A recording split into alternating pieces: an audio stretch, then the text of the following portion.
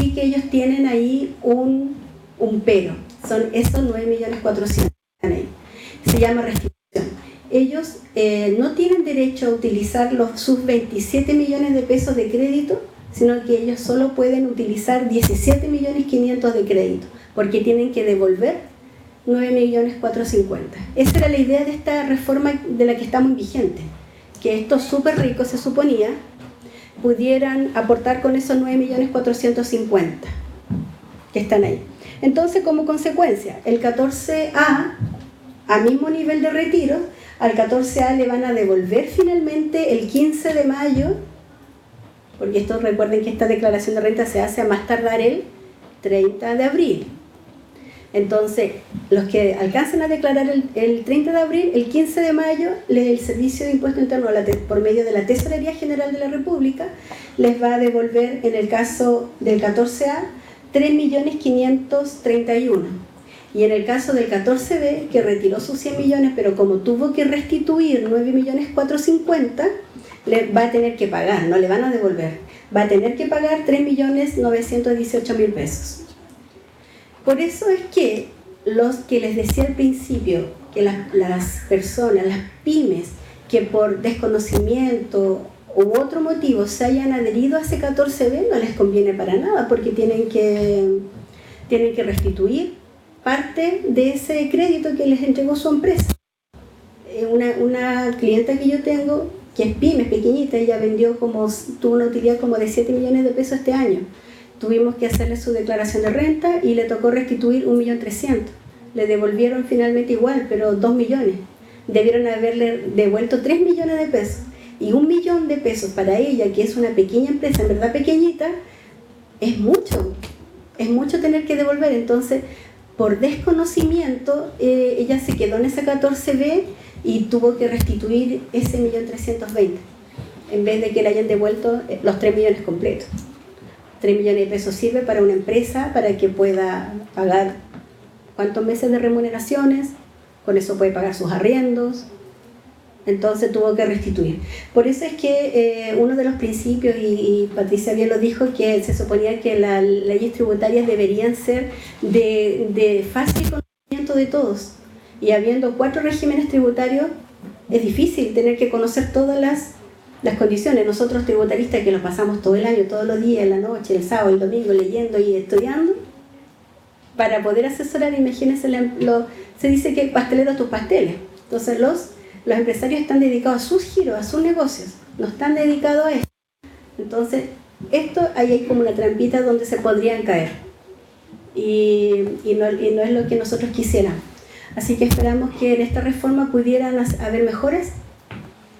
Como les decía, una es que aumentar ese tramo del global para que las personas que más tengan dinero en nuestro país puedan pagar hasta ahora un 35%, se quiere aumentar 5% más para que llegue a 40%. Esperemos que se logre eso también. Bueno, eso. Y bueno, después quedamos atentos a sus preguntas. Muchas gracias.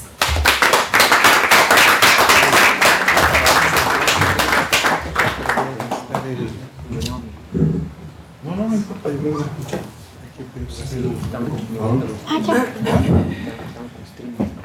Están con streaming.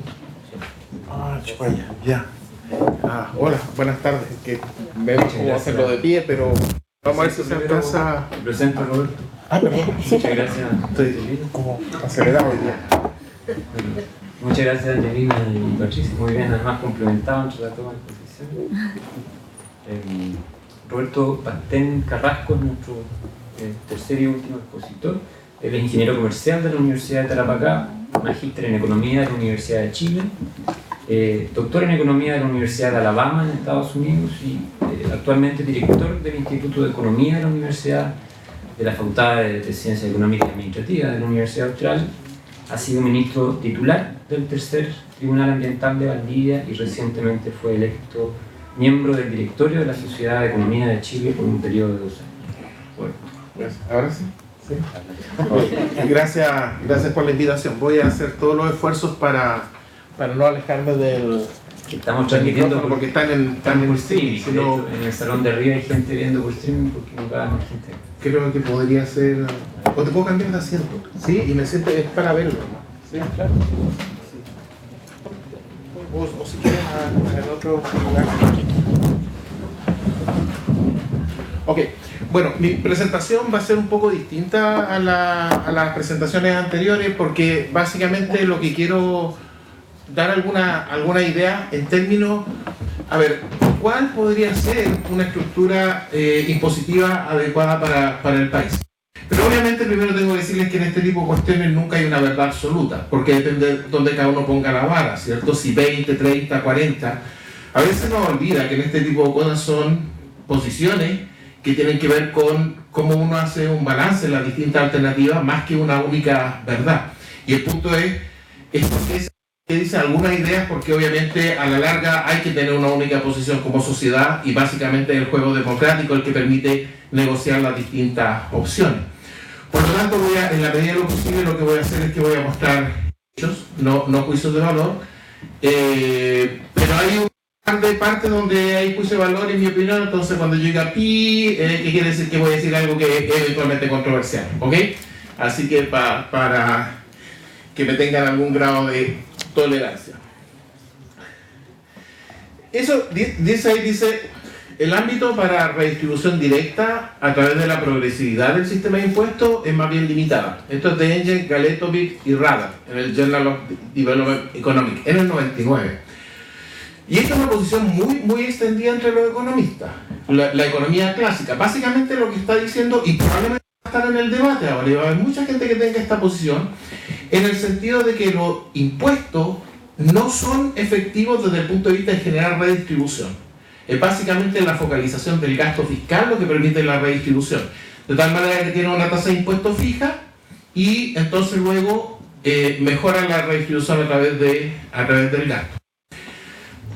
Y básicamente lo que yo voy a mostrar es una crítica a esto, ¿ok? No estoy de acuerdo con esto, pero también ustedes saben, ¿cierto? Siempre dicen el economista, por un lado sí, por el otro lado no. Pero no es malo, en realidad tiene un sentido también. O sea, en la medida que ustedes tengan una tasa de impuestos determinada y en función de esa tasa seleccionen la mejor estructura de gastos con esa tasa de impuestos, eso hace obviamente que el gasto sea más eficiente. O sea, tiene algún sentido plantearlo de esta manera. No es mi posición en relación a eso. Y básicamente la presentación tiene que ver por qué creo que este planteamiento está equivocado. Ahora, del 99, o sea, Engel debe estar medio arrepentido de haber escrito una cosa como esta, pero probablemente está mucho en el debate hoy día. Entonces, la estructura óptima puesto. La estructura aquí, ok, el primer pi, ok, porque es la primera cuestión controversial que voy a decir, porque voy a empezar diciendo cuál no es una estructura óptima de impuestos, creo yo, y lo voy a poner con el siguiente. Piensa como Cuba, relativamente parecido al caso chileno. Para los que ya saben que los precios son relativamente parecidos, $3 un litro de aceite, $4 un kilo de pollo, básicamente los mismos precios. Y por lo tanto uno podría decir que necesita, para mantenerse al mes, digamos algo muy parecido al ingreso promedio chileno, por ejemplo. Digamos $1.000, por decir algo. $1.000. Pero el sector público recibe mensualmente $20. Era $1.000, recibe $20. Usted, pero tiene, ¿cierto? Tiene canasta, tiene salud gratis, tiene educación gratis. $20 son, ¿qué porcentaje de $1.000?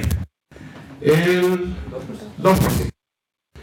O sea, ¿es equivalente o no a que le aplicaran un 98% a cambio de tener salud y educación gratis?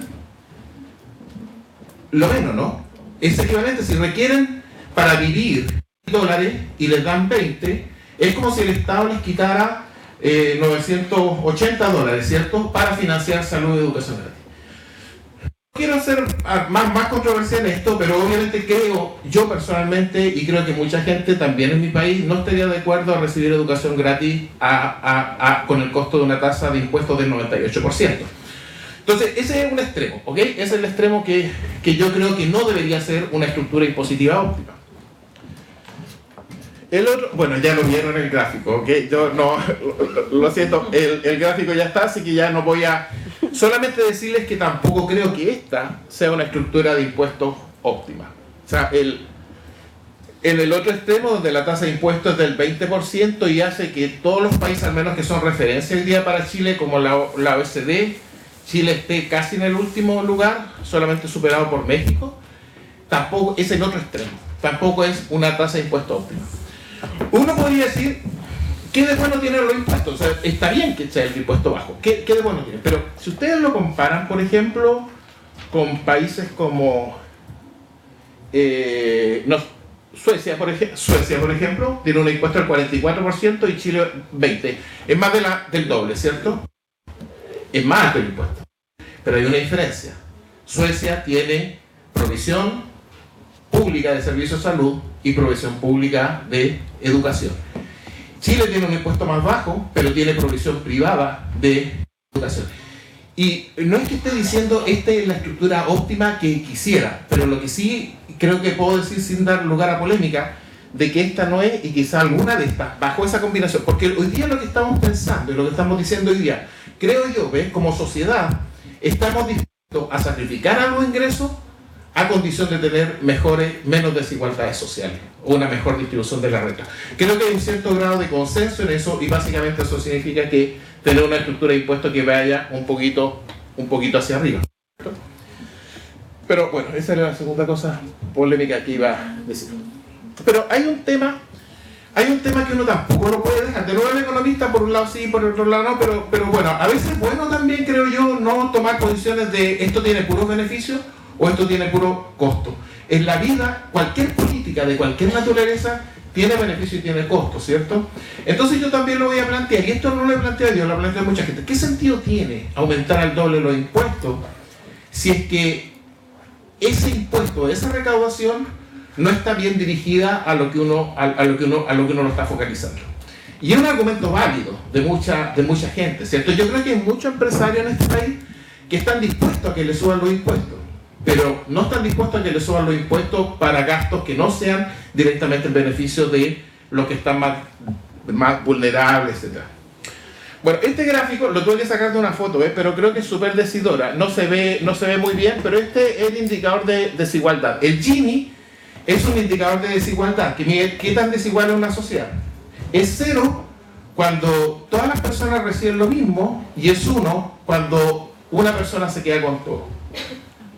¿Se acuerdan del poema de Nicanor Parra? Dice, si usted tiene 2 panes y yo no tengo ninguno, en promedio tenemos un pan. Bueno, está hablando de un Gini de 1, total desigualdad. Uno de ellos tiene todo. El Gini, mientras más alto, es más desigual una sociedad. Aquí está la comparación con hartos países de la OECD y Chile, de nuevo con México. ¿Ves? Son como bien hermanitos, andan como siempre pegaditos los dos en este caso. Chile tiene uno de los indicadores más altos desde el punto de vista del ingreso de mercado, o sea, desde el punto de vista de lo que ustedes presentaron, desde el punto de vista de lo que uno tributa sobre el nivel de ingreso.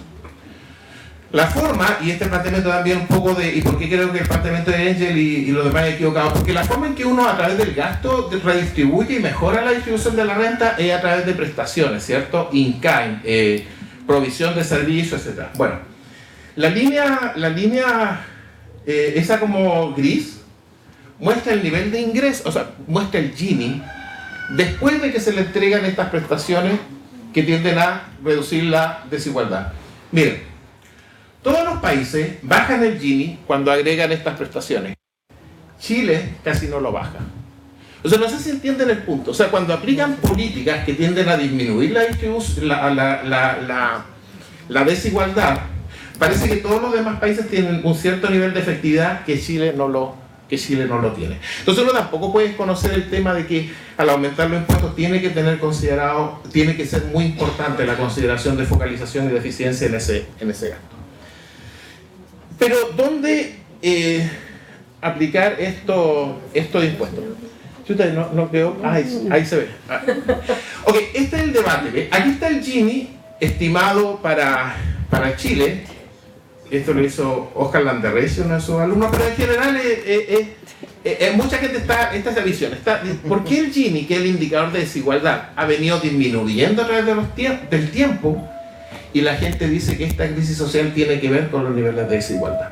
Hay como una contradicción ahí, porque lo que muestra este indicador es que a través del tiempo Chile ha venido disminuyendo sus niveles de desigualdad. Entonces, ¿cuál es el punto? ¿Cuál es el punto que hay detrás? Bueno, el punto que yo hago acá es varios. Uno es, generalmente el Gini se hace a través de la CACEN. Y la CACEN no la aplican en encuestas de niveles de ingresos muy altos. Eso es una primera cosa. Pero más importante que eso es la forma en que mide los ingresos y el papel que en esto tiene el esquema tributario que acaban de mencionar las profesoras. O sea, básicamente la integración tributaria, el beneficio sobre utilidades retenidas, etc. Cuando ustedes toman el indicador de la concentración del ingreso en el 1% más rico, el 1% más rico tiene hoy día del orden del 16% del PGB. O sea, el 1% se lleva el 16%. Para estar en el 1% no, obviamente para la mayoría de la gente es muy difícil, pero el sueldo regular del que habló una vez la actual diputada Sandón, más o menos queda como ahí en el 1%. Eso es lo que muestra, ¿ven? Lo mal distribuida que está el ingreso en este país.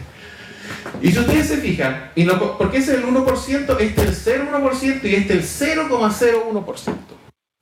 Ya, no le voy a llamar súper rico, pero lo voy a insinuar nomás.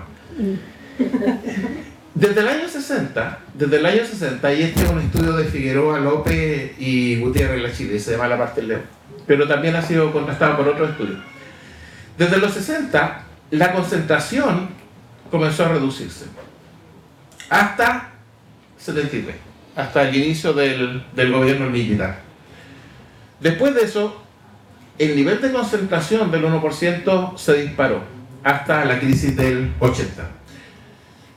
Esto se hace con datos de impuestos internos, ¿ok? Lo que se hace es ajustar impuestos internos para poder tener esta observación. Si uno no la puede obtener de la CACEN, por lo que les dije, que no abarca cierto sector de la población. Bueno, en este periodo no se puede estimar porque se perdieron los datos. Se lo han buscado en todas partes, lo han buscado incluso en la oficina de servicio de impuestos, en todas partes, y los datos definitivamente no están. O sea, desde el año 82 hasta que comienza la democracia, los datos definitivamente no están. Y en el 90, con el inicio de la democracia, uno ve que este indicador también va cayendo, hasta que algo ocurre por el 2013, 2014, que hay como una tendencia creciente de nuevo de este indicador de concentración.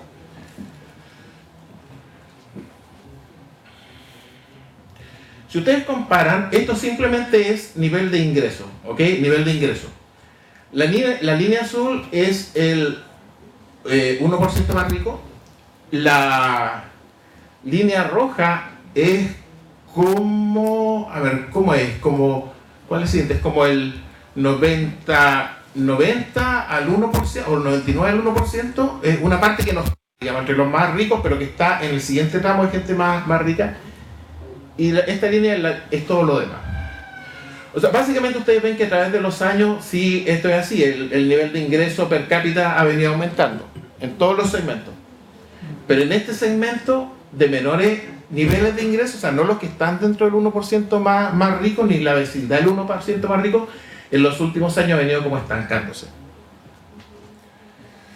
La serie ajustada, pero ven ustedes, igual todavía la forma en que crece el segmento, digamos que está cerca del 1% más rico en Malta, pero la serie ajustada lo que considera es lo siguiente. Ya, y con esto voy a tratar de resumir para no aburrirlo mucho, pero es la integración y la posibilidad esta de pagar impuestos solamente por las utilidades que se sacan, no por la utilidad retenida, tiene un tremendo efecto de mantener obviamente la utilidad dentro de la empresa y crear una empresa, reales o no, de papel o no, y seguir invirtiendo, ¿cierto? Tiene un tremendo efecto desde el punto de vista de la inversión. Pero es un tremendo incentivo porque obviamente ustedes no sacan utilidades, las mantienen dentro de la empresa. Pero hace unos años se eliminaron las ganancias de capital. Entonces, cuando dejan la plata en la empresa se capitaliza, sube el precio de las acciones y usted hace una ganancia a través de ahí que no tienen que pagar impuestos sobre ella. Entonces, si uno quiere realmente ver el nivel de ingreso del 1% más rico, no puede ver solamente lo que declaran directamente en impuestos. Uno tiene que ver también cuáles son estas ganancias de capital o incluir las utilidades que no están siendo distribuidas. Y ese es probablemente el fuerte de la diferencia que se genera de ingreso en el sector, cuando uno incorpora estas ganancias de capital en el 1% más rico. Por eso en este caso es la misma lógica. Si ustedes ven, crecen los distintos tramos, pero el 99% más pobre es básicamente donde se empieza a estancar el ingreso a partir del 2010. ¿Cómo comparan este 1% entre los distintos países? O sea, en el caso, aquí en realidad está con el ajuste, incluyendo la ganancia de capital, y este sin el ajuste. Pero los demás países que figuran acá, Colombia, Brasil y Argentina, no tienen ese ajuste. Por lo tanto, uno debería compararlo con esto para que sean comparables. Chile aparece un poco al nivel de Uruguay. ¿Porcentaje del PIB? Sí, es porcentaje del PIB. El porcentaje del PIB. Y sale Chile comparable a Uruguay por debajo de Colombia y por debajo de Brasil. Pero hay algunas consideraciones en relación a estos indicadores que están acá. En el caso de cuando comparan Chile, en el caso de Suecia y Estados Unidos, si ellos hacen este ajuste por ganancias de capital, entonces aquí uno tiene que comparar Chile con esto y básicamente el 1% y el nivel de concentración es varias veces más alto que en el caso de Suecia, por ejemplo. Y en el caso de Estados Unidos, fíjense que está, a diferencia de Chile, que se mantiene relativamente estable, la concentración viene aumentando en Estados Unidos. Para mucha gente este fenómeno tiene que ver con la robotización y la informática que está desplazando trabajo en Estados Unidos y está generando, la tecnología está generando desigualdad al dejar trabajadores tradicionales obsoletos en el sector. Y eso en Chile no ocurrió porque, bueno, Chile es extractivista, basado en recursos naturales, no en tecnología. Pero es un buen ejemplo de que si yo estuviera en Estados Unidos igual estaría cuidando de lo que eventualmente puede pasar, ¿ves? Porque en realidad se está acercando a Chile. Pero la comparación en Chile llega hasta el 25% en la concentración del 1% más rico. O sea, el único por ciento se lleva un cuarto de la pizza, ya para no seguir usando el término de torta. Y en comparación alrededor entre el 5 y el 10% en Suecia. Solamente dos transparencias, esta y otras, para terminar. El coeficiente beta es básicamente un coeficiente que muestra lo que pasa al interior del 1%. El 1% es súper diverso. O sea, en el 1% pueden tener gente que saca 5 millones de pesos mensuales a gente que saca 20, 30, 40, 50. ¿Cierto? Es súper diverso el 1%. Y el indicador beta, básicamente lo que ve es una especie de desigualdad a nivel de ese grupo. O sea, compara el promedio del grupo con lo que hace una especie de Gini dentro del grupo. Y básicamente esto lo que muestra es que este indicador al interior de ese grupo viene disminuyendo hasta el año 70, se dispara y luego comienza a caer. Y básicamente lo que está mostrando es un cierto nivel de desconcentración en ese sector. O sea, probablemente un sector que fue muy concentrado, hoy es básicamente uno podría asociarlo quizás a la emergencia de ciertos élites más intelectuales, quizás, que están un poco comparándose a la élite más empresariales. Y bueno, esto lo conocen y está asociado un poco también esta es la tasa de impuesto marginal, hoy día en el 35%, pero llegó a ser en Chile del 60%. Y solamente para terminar, la comparación del 1% más rico, del 0,1% más rico y del 0,01% más rico en comparación a países desarrollados. O sea, no solamente en el caso de Chile tiene la mayor concentración de todos los países, incluyendo desarrollados y no desarrollados, sino que en la medida que se van acercando al 0,1%, al 0,01%, esa diferencia es mucho más fuerte. El caso del 0,01% es el 0,01%. Una persona de 1 millón que tiene el una persona de 1 millón, o sea, estamos hablando de cerca de 20 familias probablemente, o menos, 17, 15 familias, que tienen el 10% de todo el PGB. O sea, si lo comparan con los casos de Estados Unidos, incluso Suecia, eso es en el promedio esto debe estar del orden del 2,5% y de Chile del 10%.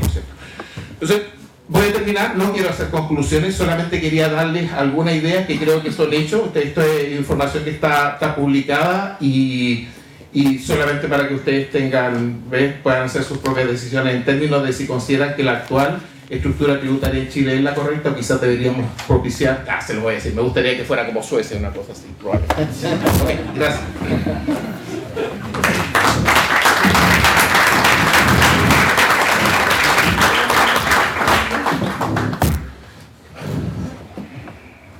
Bien, muchas gracias Roberto. Una tinta más global, como decía. Más light. No más. No, más sí. Una vez me quiero más coloquial, pero no me digan eso a mí que Bien. Abrimos entonces el foro. Tenemos malo, lamentablemente, el micrófono de mano, el inalámbrico, pero simplemente así a mano alzada. Y vamos a repetir acá las preguntas para que se escuche por el streaming. Yo tenía una pregunta para el profesor respecto de las externalidades negativas que pudiese generar la quizás concentración de riqueza. No sé cómo funcionan muy bien los datos de las estadísticas, es decir, sobre la concentración de dinero, si el dinero que tienen los súper ricos es dinero que ellos tienen almacenado o quizás pueda ser dinero que no es propiamente tal de ellos, que pueda ser utilizado quizás en una inversión o que se ve por el capital de empresas que ellos no son 100% dueños de ese dinero, sino que se utilicen para reinvertir y puedan generar externalidades negativas como generar empleos o cosas por el estilo. ¿Puedes repetir la pregunta? Sí, básicamente lo que me está preguntando es si el nivel de esta concentración está, ¿dónde está? Básicamente eso, si la tienen, eso, ¿cierto? ¿Dónde la tienen? Lo que pasa es que lo que estamos viendo es un indicador de concentración desde el punto de vista del ingreso. No lo estamos haciendo desde el punto de vista de la riqueza. Probablemente hay muchos estudios que muestran que si lo hiciéramos desde el punto de vista de la riqueza, el nivel de desigualdad sería todavía mucho más grande. Pero acá básicamente lo que se está haciendo a través de impuestos internos, del servicio de impuestos internos, es determinar lo que la gente declaró como ingreso y hacer un ajuste por algunas cosas que son ingresos, como las ganancias de capital, pero que no están reflejadas en impuestos internos porque, salvo en algunas excepciones, en general no pagan impuestos.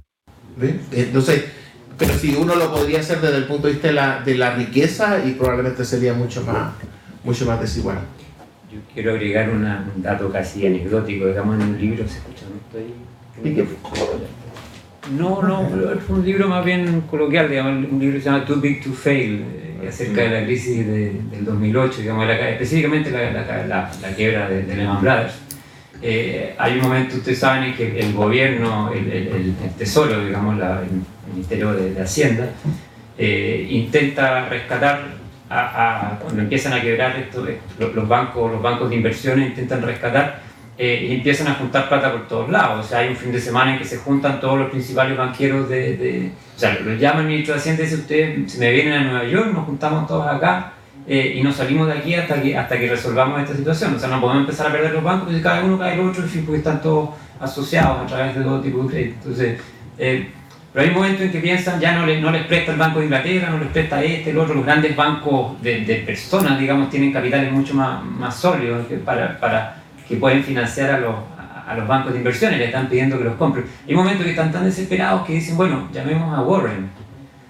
Quieren llamar a Warren Buffett, uno de los hombres más ricos del mundo, que tiene ¿cuánto será? Un capital, digamos, un patrimonio estimado, qué sé yo, 60.000 millones de dólares, una cosa así, y le quieren pedir 1.000 millones. Y él dice: chuta, les puedo prestar 500 millones, que no tengo más que eso. O sea, le puedo prestar la mitad de lo que tengo en cash, digamos, de lo que tengo disponible. Porque en general, cuando se estiman estos montos, digamos, de que Jeff Bezos está evaluado en 120.000 millones, qué sé yo, una gran parte es en acciones, ¿no? Entonces, no sé si algo tiene que ver con lo que preguntabas tú, que En realidad el cash disponible de estas fortunas gigantescas no es todo inmediato, digamos, un porcentaje bastante bajo es el que lo tienen ellos como directamente disponible. Pero claro, como bien tú dices, estamos hablando de ingresos y no de patrimonio.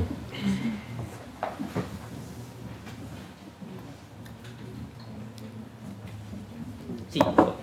Hola, yo tengo una pregunta para Patricia. Me gustaría saber, yo soy muy lejana al mundo de la economía, pero en el sistema tributario que existe ahora, ¿cómo funciona eso de los perdonazos tributarios a las grandes empresas? Necesito un micrófono. ¿Y puedes repetir la pregunta? ¿Aló? Ya. Entonces, ¿tu nombre? Natalia nos pregunta por los llamados perdonazos. Técnicamente eso se llama amnistía fiscal, ¿ya? A ver, lo primero es que una amnistía fiscal es una medida habitualmente legal, ¿ya? O sea, hay una ley que así lo regula, que establece un régimen excepcional de tributación para algún tipo de contribuyente, ¿ya? A veces es por una cierta actividad o a veces es un cierto periodo de tiempo y se traduce en, menos frecuentemente en una amnistía completa del impuesto, y lo que es más frecuentemente es que se condonen los intereses y las multas de deudas que se tengan, ¿ya? Mira, dentro de las amnistías fiscales es posible, bueno, voy a decir que en los países es muy frecuente encontrar ejemplos de amnistías fiscales. Pese a lo negativo que suena el término, fíjense que no es poco frecuente, ¿ya? Ahora, hay amnistías que son de carácter permanente, o sea, que están establecidas para que durante todo el tiempo rijan, ¿no? Y hay otras que son transitorias, ¿ya? Por ejemplo, en Chile tenemos una amnistía fiscal permanente que es la condonación de los intereses y las multas.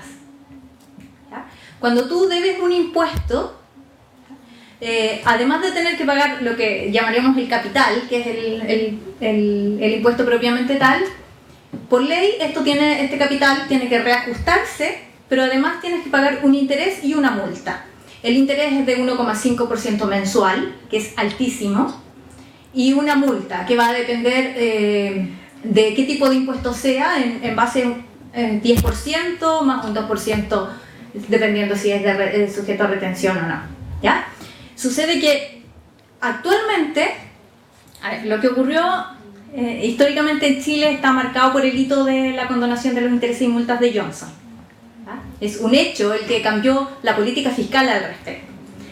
Lo que ocurre con Johnson es que la cantidad de dinero que adeuda, considerando el capital, el reajuste, los intereses y las multas, es tanta que la empresa no está en condiciones de pagarlo.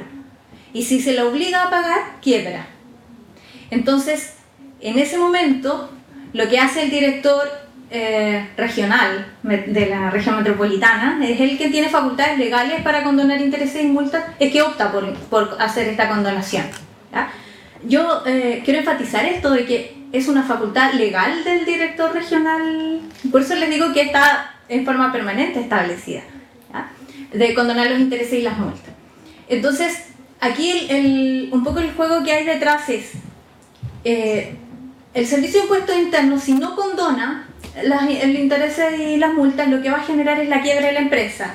Por tanto, va a dejar de recibir no solo el capital, sino que no va a recibir nada o muy poquito de lo que debió haber recibido, pero además va a generar mucha cesantía, bueno, desempleo, etc. Entonces, optan económicamente por concederle la condonación de los intereses y las multas. Ahora, analicemos esto, ¿ya? Porque uno puede entender cómo se procedió, ¿no? Pero analicemos esto. Fíjense que la verdadera razón por la cual se produce la condonación de los intereses y las multas es que en la práctica esto se tradujo en condonaciones de más del 99%, ¿ya? De los intereses y las multas que debía. Eso es una cuestión que no se había visto antes en Chile. En general se condonaban 50%, ¿no? Pero del 99%, y sobre todo cuando hablamos de millones de dólares o 1.000 millones de pesos, ¿no? Es grosero, ¿sí? Pero si nosotros pensamos en nosotros como ciudadanos de a pie, personas naturales, fíjense que a nosotros no nos condonan el 99% de los intereses y las multas que debemos. Entonces, el problema que se produce con el caso Johnson, aun cuando uno pudiese tratar de buscar alguna explicación económica a por qué se procedió así, es la desigualdad que se produce entre los contribuyentes que son económicamente más poderosos que los otros. O sea, un contribuyente poderoso tiene mucho más poder de negociación para que le sean condonados sus intereses y multas. Y entonces, como una manera de evitar esta desigualdad, como fue además publicitada en la prensa, fue un tema que fue público. En general, los temas tributarios, yo diría, no suelen salir en la portada de los diarios, pero este tema fue tema de portada de diario, ¿no? Y entonces se creó una política fiscal de condonación de intereses y multas, que opera hoy día a todo evento, a todo tipo de contribuyentes dentro de un cierto plazo. Entonces, por ejemplo, quienes se retrasen en pagar entre 1 o 3 meses tienen una condonación absoluta del 70%, sin presentación de ninguna justificación ni causa, ni sin importar el monto de lo adeudado, etc. ¿Ya? Por supuesto, esto soluciona el problema de la desigualdad odiosa que producía antes, pero crea otro problema que es más serio todavía. Y es que hay un mensaje de la administración tributaria de que pagar los impuestos no es tan importante. O sobre todo, pagar los impuestos dentro de plazo no es tan relevante. ¿No? Esto, en la práctica, produce incentivos masivos al incumplimiento tributario. Hay estudios económicos, modelos económicos que demuestran que contribuyentes que habitualmente pagaban al día sus impuestos empiezan a pagarlos tarde, cuando se dan cuenta que la morosidad ya no tiene tanta sanción. ¿Ya? Ahora, eso respecto de lo que podríamos llamar amnistías fiscales permanentes que tenemos en Chile. Hay unas amnistías fiscales transitorias. ¿Ya? Estas son mucho más odiosas, rigen por cierto tiempo. Con la reforma Bachelet, por ejemplo, hubo una reforma, una amnistía fiscal que se llamó la repatriación de capitales, ¿ya? Coloquialmente conocido como el Super 8. ¿Por qué Super 8? Pues porque todos aquellos bienes, los capitales mobiliarios que tenías en el extranjero, cuando los tenías irregularmente en el extranjero, ¿ya? Te daban la posibilidad de repatriarlos.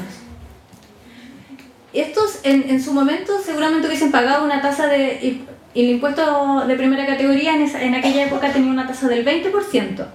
Si eran rentas personales, la tasa del global complementario llegaba hasta el 40%. Y les ofrecieron repatriarlos solo con una tasa del 8%. Es como un anzuelo, ¿no? Tráiganos sus dineros que están irregularmente en el extranjero, ingréselos, regularice su situación. ¿Por qué lo hace el Estado? Por un lado, hay un reconocimiento evidente de que la administración tributaria no fue capaz de fiscalizar esto, ¿no? Es dejar en evidencia de esto pasó ante mis narices, pero yo no lo vi, y entonces te pido que lo regularices.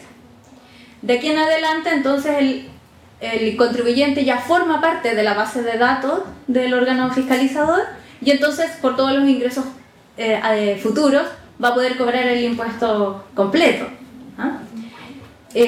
Pero además, este caso estaba dado también por un asunto contingente que tiene que ver con que había un acuerdo en la OCDE de empezar entre los países miembros a entregar información. Y entonces se sabía que ahora, con esta información que iba a tener el Estado chileno, iba a empezar a detectar a todos estos contribuyentes que estaban de una manera irregular con capitales en el extranjero. Así es que les ofreció la última oportunidad. Así fue planteado, como la última oportunidad de regularizar su situación antes de que nosotros, después del intercambio de información financiera, pues los detectemos, ¿ya? El tiempo demostró que no era la última oportunidad.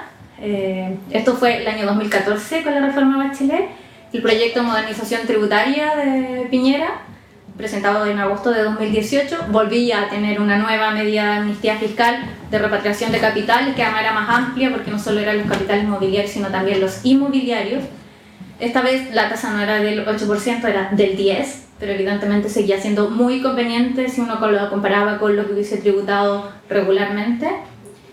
No se aprobó en la Cámara de Diputados y entonces actualmente debería no aprobarse. En el acuerdo que celebró el ministro de Hacienda, Briones, con los senadores de la Comisión de Hacienda del Senado, acordaron que no se iba a insistir en esto y que por tanto no sería una amnistía fiscal que entre en vigencia. Y si me permite mi opinión personal, yo diría enhorabuena que así fue. ¿Preguntas?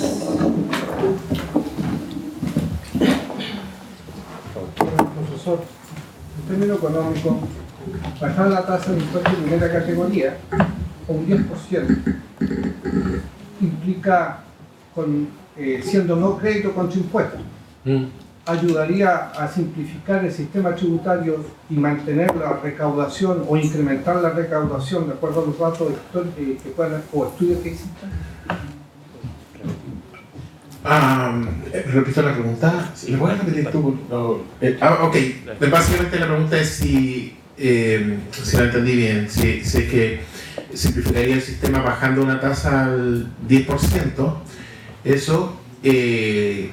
Y básicamente la ventaja de hacer eso, ¿cierto? Y desintegrarlo. Que sea crédito contra impuestos en el lugar complementario, o sea, como una tasa Que no sea crédito, 10% que no esté integrado. Pero ahora no está integrado y está más alto. Porque básicamente la pregunta es por qué bajarlo. O sea, hoy día no hay integración, ¿cierto? Y está en 20%, hay algo.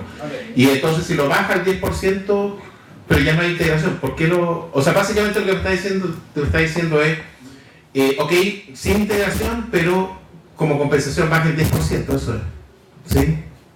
Para simplificar el sistema tributario que Sí. está expuesto, que es complejo, que tiene muchas variables y que por lo tanto genera impuestos para los contribuyentes, en la asesoría, como lo señala la profesora, simplificar el sistema pudiese ser que la recaudación por impuesto renta se reduzca a una tasa del 10% sin que sea crédito contra impuesto en global complementario.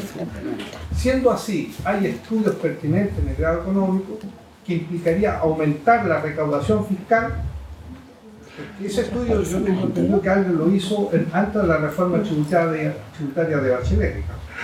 O sea, es que hay veces que si uno baja el impuesto, entonces eso expande la actividad económica y al expandirse la actividad económica uno puede terminar recaudando más impuestos. Ese ha sido básicamente siempre el argumento para que proponen una rebaja de impuestos. Entonces, usted al bajar el impuesto hace que el ingreso disponible de todas las personas sea más alto, la gente compra más y más, la torta crece y es con la torta más grande que uno termina recaudando más impuestos. Es un argumento válido, o sea, es la función de algunos economistas, yo no podría refutarla, porque de nuevo, o sea, no creo que en este tipo de cosas haya una única verdad. Básicamente tiene que ver con la función que uno tiene. Pero yo mi función personal es que hoy día lo que se requiere es que estoy de acuerdo en simplificar el sistema, y yo creo que se requiere aumentar las tasas, no bajarlas, y creo que se requiere redirigir esos impuestos, por ejemplo, lo que yo estaba mencionando, quizás los niveles de ingreso más altos, estoy hablando de los que son 0,01%, y para mí lo ideal sería si uno pudiera cambiar la composición, que fuera menos importante el IVA y más importante este tipo de impuestos, porque el IVA es realmente un impuesto regresivo, proporcionalmente afecta más a los que tienen menos. Esa es mi posición, pero de nuevo, o sea, yo sé que hay posiciones y estudios que muestran las ventajas que tienen tasas de impuestos bajos. De hecho, el argumento fue el argumento de Reagan y el argumento hoy día de Trump cuando rebaja el impuesto. Si yo bajo el impuesto, le doy una dinámica a la economía crece y entonces crece la recaudación. Yo creo que hoy día el debate es más bien entre, por un lado, queremos tipo de cosas que hacer crecer la torta, pero también es importante ver cómo redistribuimos la torta, haciendo que algunos pesos que son muy pequeñitos sean más grandes. Eso. ¿Puedo complementarlo? Sí. Perdón, yo voy a intentar complementar la respuesta. Fíjese que lo que usted plantea no es nada de extraño en el mundo. De los 36 países que forman parte de la OECD, 24 tienen un sistema tributario completamente desintegrado, ¿ya? Luego, Chile es excepcional al respecto, ¿ya? ¿Qué supone la desintegración? Esto que nosotros les intentamos explicar con Angelina, de que pagas el impuesto de primera categoría en la empresa y luego cuando el socio retira, lo que pagó la empresa le sirve de crédito. Eso es un sistema integrado. Si el 100% le sirve de crédito, entonces hablamos de un sistema totalmente integrado, ¿ya? Tenemos el caso de nuestro régimen del 14B, donde hay solo un 65%, entonces hablamos del régimen parcialmente integrado. Pero la regla general en los países de la OECD es que sea desintegrado y tiene importantes ventajas, como usted claramente lo menciona. Primero, permite bajar la tasa, efectivamente, la tasa del impuesto de primera categoría, ¿ya?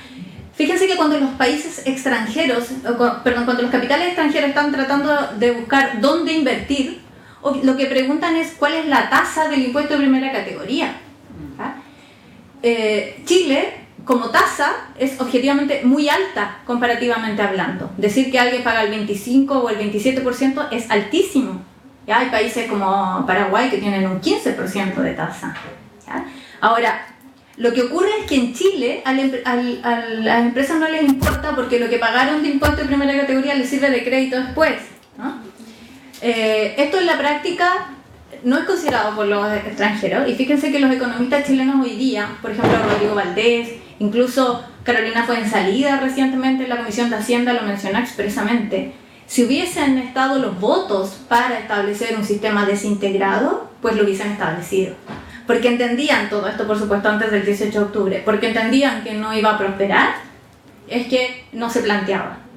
El sistema desintegrado tiene por un lado la ventaja que permite bajar el impuesto de primera categoría, pero además hace el sistema mucho más simple y sobre todo mucho más fácil de fiscalizar. Entonces también es mucho más eficiente respecto de la recaudación. Yo he sostenido permanentemente que el criterio de la tasa integrada, como lo hoy vivimos, es decir que no hay impuesto a la utilidad. O sea, en la práctica real, el impuesto a la utilidad en nuestro país para las empresas es igual a cero. Exactamente.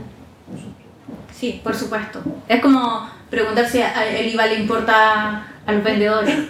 No importa, porque lo trasladas a los consumidores finales, ¿no? Pues bueno, si lo que tú pagaste por impuesto de primera categoría después lo vas a poder descontar cuando te toque pagar el global complementario, en realidad no te importa cuando tengas que pagar el impuesto de primera categoría. Y yo he escuchado también estas expresiones como el impuesto de primera categoría no existe, ¿no? Pero no existe porque su repercusión final no es importante. Solamente una cosa para agregar eso. O sea, yo parto de la base de que no tenemos sistema integrado, o sea, básicamente por lo que ocurre el acuerdo, ahora que no está el sistema integrado, eso es no. una reforma. Lo preciso es que lo que se llegó al acuerdo es que el artículo, el régimen 14, a ver, lo primero es que el proyecto plantea tratar de crear un solo régimen, ¿ya? Un sistema tributario universal o un sistema tributario único, ¿ya? Y entonces se establecía una tasa del 27%, con 100% de crédito del impuesto de primera categoría. Entonces se parecía al 14B por la tasa y se parece al 14A por que otorga el 100% de crédito. Después del debate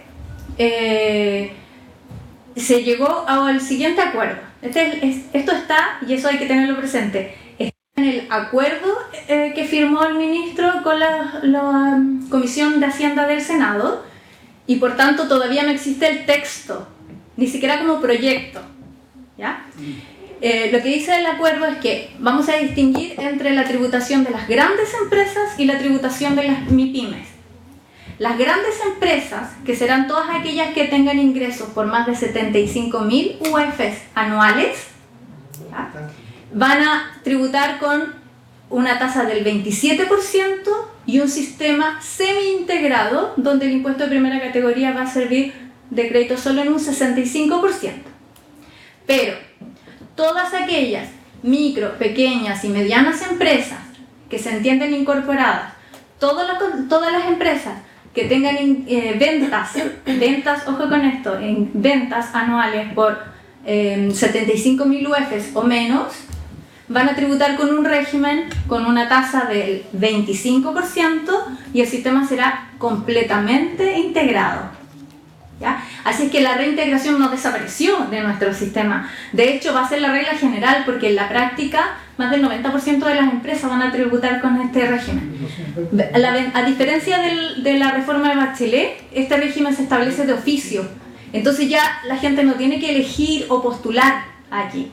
Basta con el antecedente objetivo, bueno, además piden un requisito de capital, pero el antecedente objetivo, sin importar incluso la estructura jurídica, actualmente hay requisitos al respecto, pues ya sin importar la estructura jurídica, pues todas las empresas que tributen, que tengan ingresos de menos de 75.000 UFs anuales, van a tributar con este régimen que va a ser completamente integrado. Sí. Yo me voy a ir un poco al otro extremo y un tema bastante que va a generar un debate probablemente. Me pasa con los fondos de pensión en particular. ¿Ya? Yo no sé si hay una tributación directa, indirecta está clara, ¿ya? Pero directa no lo sé.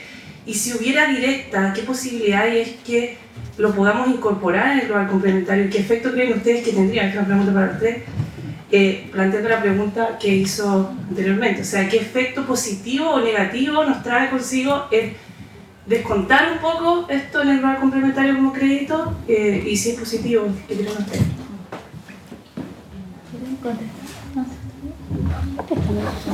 No, yo no, mi especialidad es la tributaria. Ya, a ver, esta pregunta es súper interesante porque todos nosotros somos socios de una empresa que tributa en el 14B. Entonces uno podría preguntarse cómo es esto, ¿no? No me había dado cuenta. Pues sí, porque nuestros fondos están en sociedades anónimas y las sociedades anónimas por nuestros fondos previsionales, ¿no? Y los fondos para la AFP están todos en sociedades anónimas y las sociedades anónimas por definición, por su estructura jurídica, todas deben tributar en el 14B, no tienen la alternativa de tributar en ninguno de los otros regímenes. ¿Ya? Entonces, cuando se producen las utilidades de las AFP, nosotros que somos los dueños de ese dinero, deberíamos tener el crédito del impuesto de primera categoría cuando a nosotros nos toque pagar el impuesto global complementario. La ley nada dice al respecto, pero hay una circular del Servicio de Impuestos Internos que interpretó que este crédito era solo para los socios. Y es la circular del servicio la que determinó que nosotros no éramos socios de ese dinero.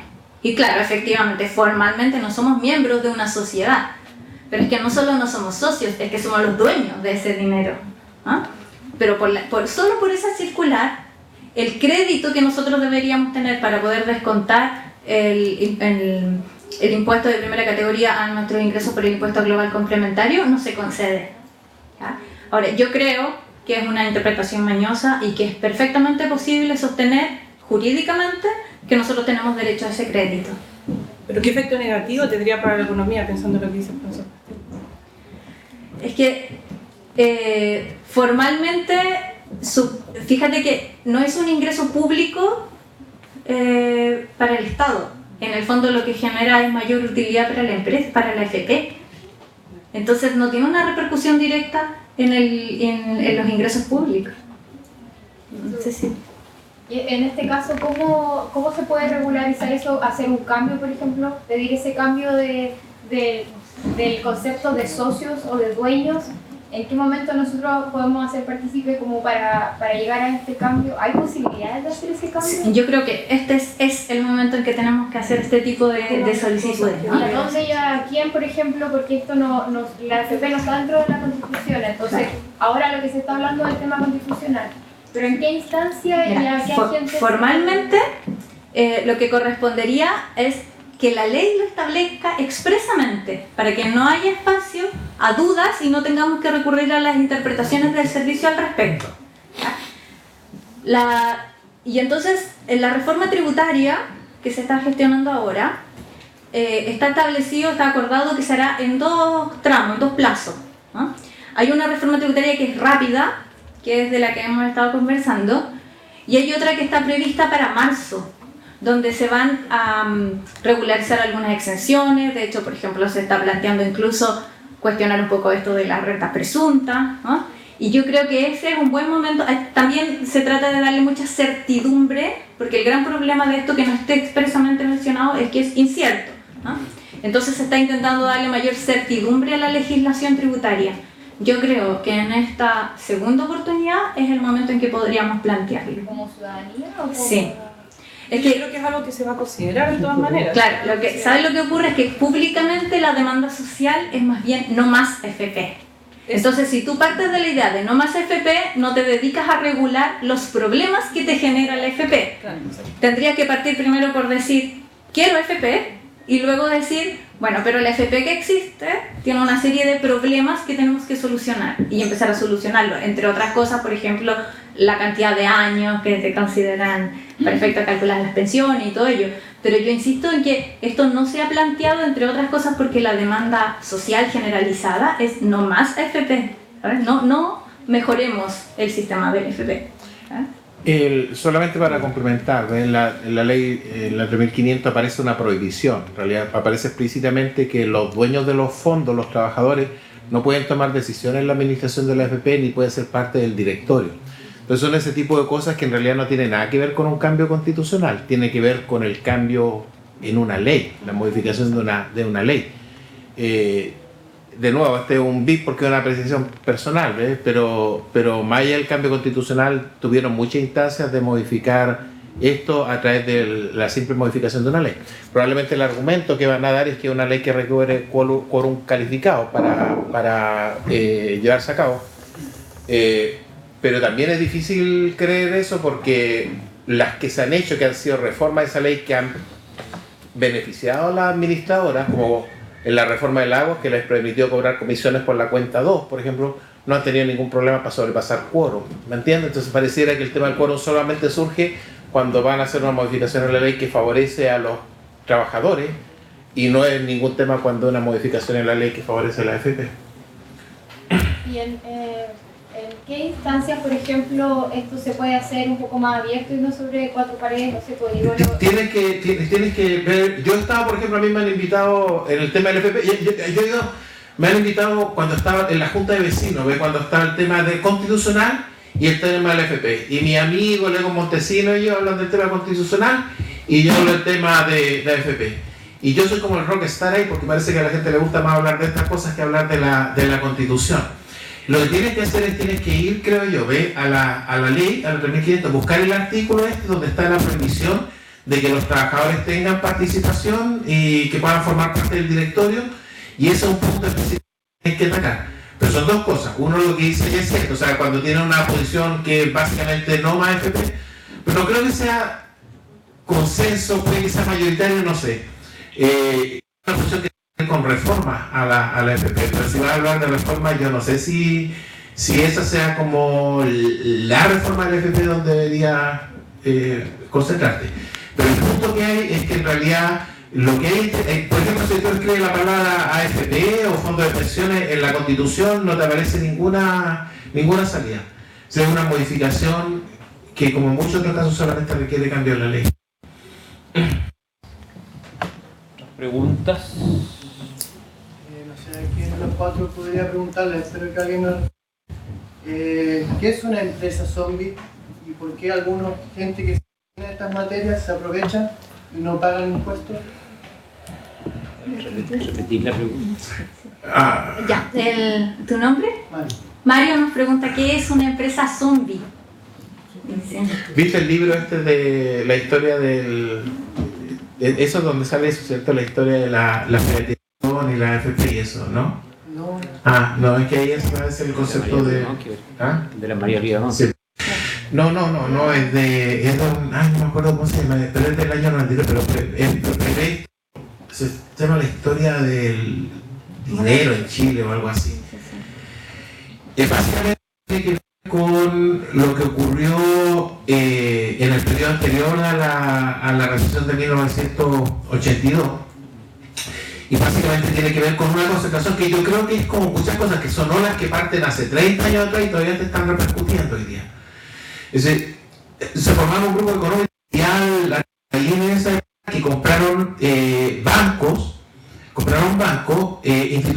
financiera, entonces tenían el control de banco, pero también crearon empresas de papel que entregaban esos fondos los fondos de los bancos a esas empresas.